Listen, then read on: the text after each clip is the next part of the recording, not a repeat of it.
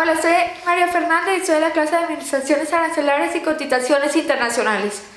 En este tema les voy a hablar del despacho aduanero para la importación e importación de mercancías. El despacho aduanero tramita todos los actos relativos a la entrada y salida de mercancías del territorio nacional, todo de acuerdo a los regímenes establecidos, que son 6 y que hablaré de ellos más adelante en este video. En el despacho de las mercancías se presentan diversos momentos en que la ley aduanera desarrolla de manera lógica. Esta ley establece cómo debe entrar o salir las mercancías por lugares debidamente autorizados, cómo debe llegar a ser depositadas las mercancías de forma temporal para su revisión, quién puede realizar los trámites para que se lleve a cabo el reconocimiento de mercancías o verificación de bultos, qué impuestos se debe de pagar, cuáles son las mercancías grabadas, cuáles son los regímenes aduaneros y cómo se liberan las mercancías para exportación o importación. Es muy importante recalcar que para realizar una exportación o importación de mercancía se requiere un impedimento, y el impedimento es un documento electrónico que contiene toda la información relativamente de la mercancía, del tráfico y de regímenes aduaneros al que se destina, y los demás datos exigidos para cumplir las formalidades de entradas o salidas del territorio nacional, así como la exigida conforme a las disposiciones aplicables. Si quiero exportar o importar, puedo revisar mis mercancías. En efecto, mis mercancías pueden ser sujetas a una inspección mediante un mecanismo de selección automática que se activa una vez que se han presentado un impedimento y efectuado el pago de contribuciones.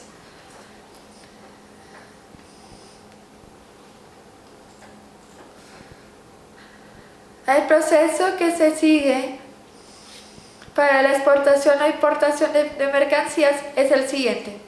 Si se identifica el número de impedimentos, el agente aduanero revisa el impedimento, los agentes aduanales inspeccionan físicamente la mercancía, y en cada caso que haya una irregularidad o una mercancía, por ejemplo, que la mercancía no coincida con el impedimento, que físicamente no coincida con el impedimento, se levanta un acta de administrativo. En caso de no haber incidentes, la mercancía se libera y se puede exportar o importar.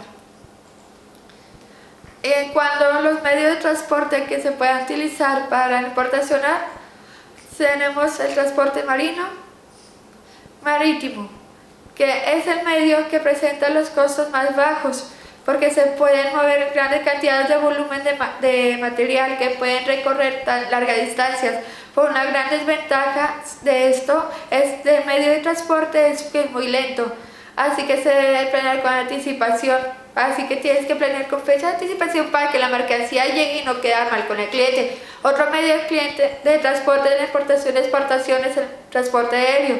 Este tiene la ventaja que es muy rápido, entonces ideal para transportar cargas perecederas como frutas, verduras, vegetales, vinos, quesos, entre otros.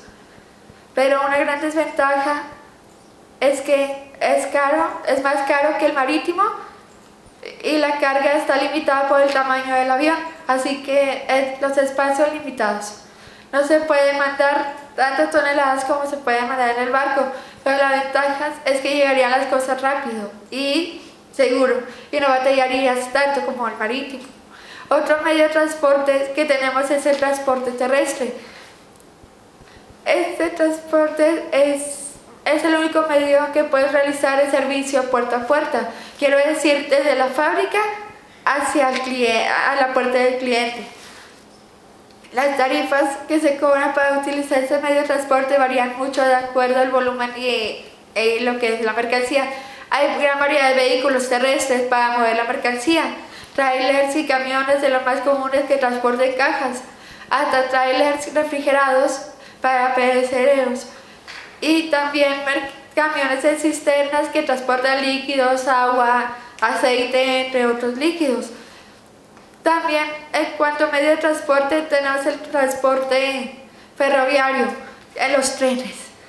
Este es un transporte muy práctico porque muchos países a nivel mundial existe una gran infraestructura de trenes y existe una gran variedad de vagones de carga, desde furgones, góndolas, tolvas, tanques, carros duples y triples.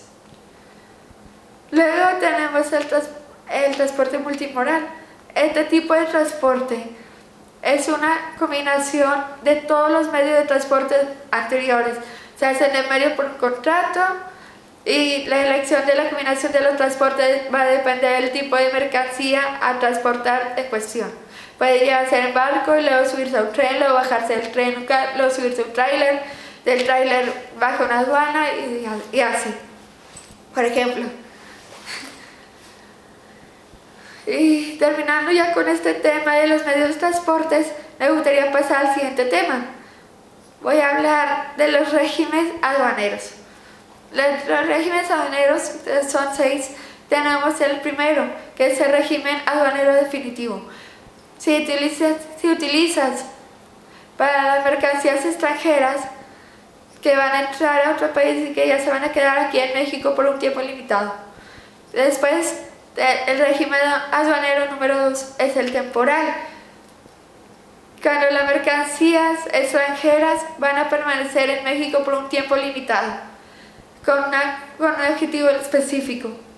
Y este régimen se divide en dos: la exportación temporal para regresar al extranjero como estado, quiere decir que los estados no sufren ningún producto de alteración, y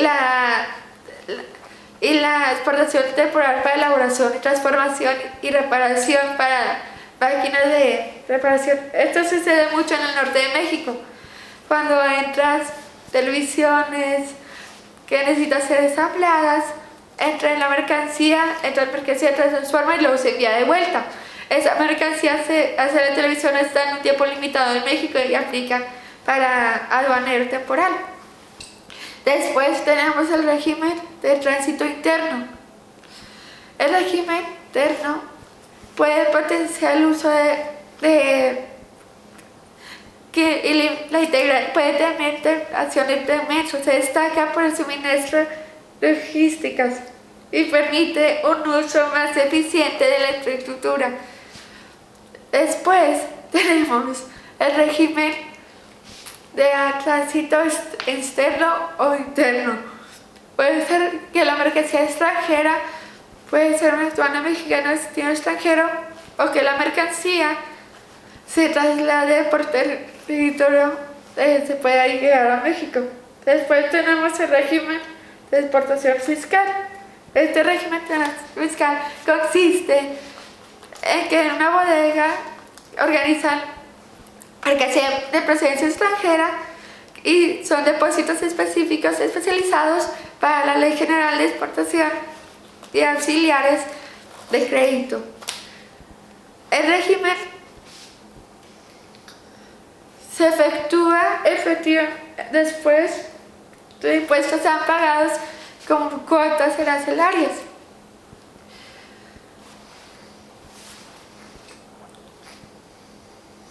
Luego tenemos el régimen número 6, que es el último, el régimen de elaboración, de construcción, de reparación, de trámite fiscal, y cuando se introducen mercancías, cuando van a ser modificados y que va a ser a otro país.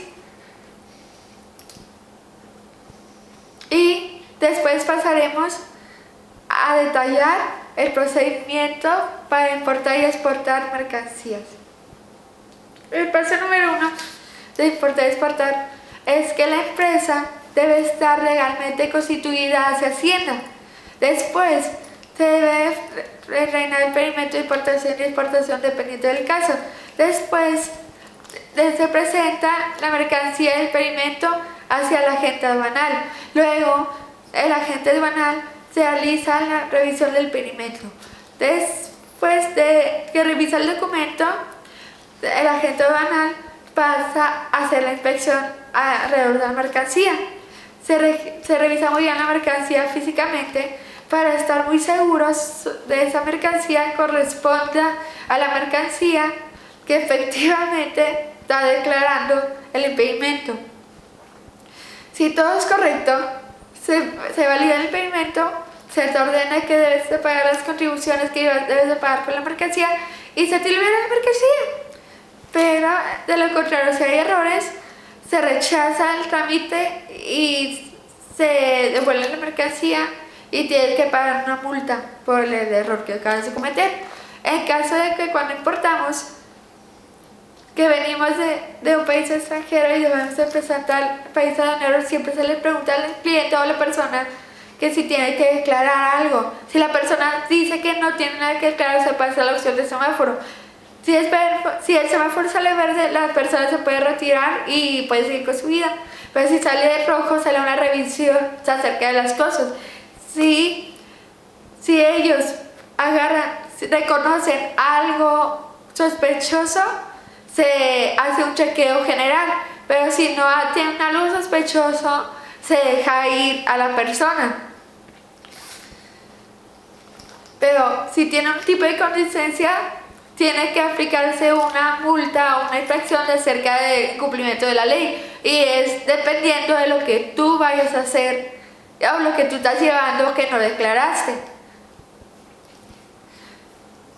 A continuación voy a hablar del tema de los impuestos generales de importación y exportación. Esta ley es conocida como la ley LIGI y considera que es muy importante la calificación arancelaria. Es por eso que cada producto asigna 8 dígitos como específicos. Los primeros 2 números se dan a conocer qué capítulo permanece la mercancía. 3 y 4, la partida arancelaria que corresponde a las 5 y 6, depende de la mercancía arancelaria donde proviene, y las 5 y 8 es el proceso interno de México. Los primeros 2 números son de nivel internacional y los últimos números son locales de nuestro país. En el artículo 1 de esta ley se mencionan las tarifas de los impuestos generales de importación. A este artículo se conoce como TIGI, tarifa de impuestos generales de exportación e importación. Este artículo está distribuido por 22 secciones. Y la sección 1, capítulo 1, es de animales vivos y productos de origen animal. El segundo animal de productos vegetales. El producto 3 es de grasas, aceites, animales y vegetales. El 4 es la industria alimenticia, alcohol, vinagres, entre otros. El 5 se trata de productos minerales. El capítulo 6 se trata de productos, industria química. El 7 nos habla de plástico. El 8 nos habla de pieles, cueros y peletería, entre otros. El capítulo 9 nos habla de madera. El capítulo 10 nos habla de pasta de madera y materias fibrosas. El capítulo 11 nos habla de materias textiles y manufacturas. El capítulo 12 nos habla de calzado, sombreros y paraguas. El capítulo 13 nos habla de manufactura de pieles, de piedras y cemento, entre otros. El capítulo 14 nos habla de perlas naturales y piedras preciosas o semipreciosas. El capítulo 15 nos habla de metales comunes y manufacturas. El capítulo 16 nos habla de maquinaria, aparatos, materiales electrónicos. El capítulo